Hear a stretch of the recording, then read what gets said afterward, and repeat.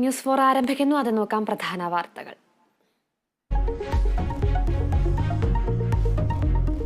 സംസ്ഥാന സ്കൂൾ കലോത്സവത്തിൽ സ്വർണ്ണക്കപ്പിനായി ഇഞ്ചോടിഞ്ച് പോരാട്ടം. 1ാം സ്ഥാനത്ത് കണ്ണൂർ.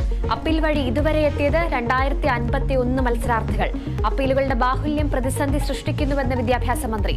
ഒപ്പന, തിരുവാതിര, ദഫ്മുട്ടടക്കം ജനപ്രിയ ഇനങ്ങൾ വേദികളിൽ.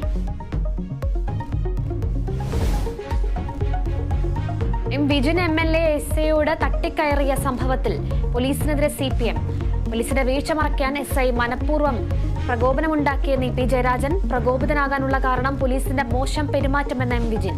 കണ്ണൂർ കളക്ടറേറ്റിലേക്ക് നടത്തിയ മാർച്ചിൽ 100 നഴ്സുമാർക്കെതിരെ കേസെടുത്ത് പോലീസ്.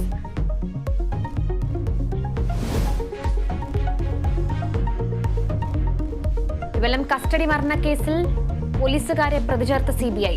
മുൻ SHO അടക്കം 3 പേർ പ്രതികൾ. പ്രതികളെ പ്രോസിക്യൂട്ട് ചെയ്യാൻ സർക്കാരിനോട് അനുമതി തേടി. BJP അംഗത്വമെടുത്ത വൈദികനെതിരെ ഓർത്തഡോക്സ് സഭ നടപടി. നിലയ്ക്കൽ ഭദ്രാസനം സെക്രട്ടറി ഫാദർ ഷൈജു കുര്യനെ എല്ലാ ചുമതലകളിൽ നിന്നും നീക്കി. വൈദികനെതിരായ പരാതികൾ അന്വേഷിക്കാൻ കമ്മീഷനെ നിയോഗിക്കാൻ ശുപാർശ.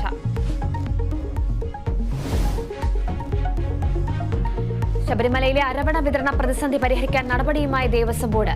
പുതിയ കരാറുകാരിൽ നിന്ന് ടിന്നുകൾ എത്തിച്ച് അരവണ നിറയ്ക്കാൻ തീരുമാനം. പ്രതിദിനം എത്തിക്കുക 1.5 ലക്ഷം ടിന്നുകൾ. സന്നിധാനത്ത് ഭക്തജന തിരക്ക് തുടരുന്നു.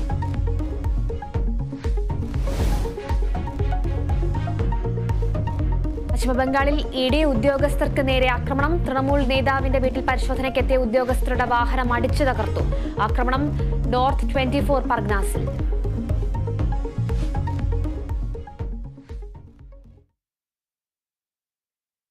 വാർത്തകളിലേക്ക് കടക്കുകയാണ്.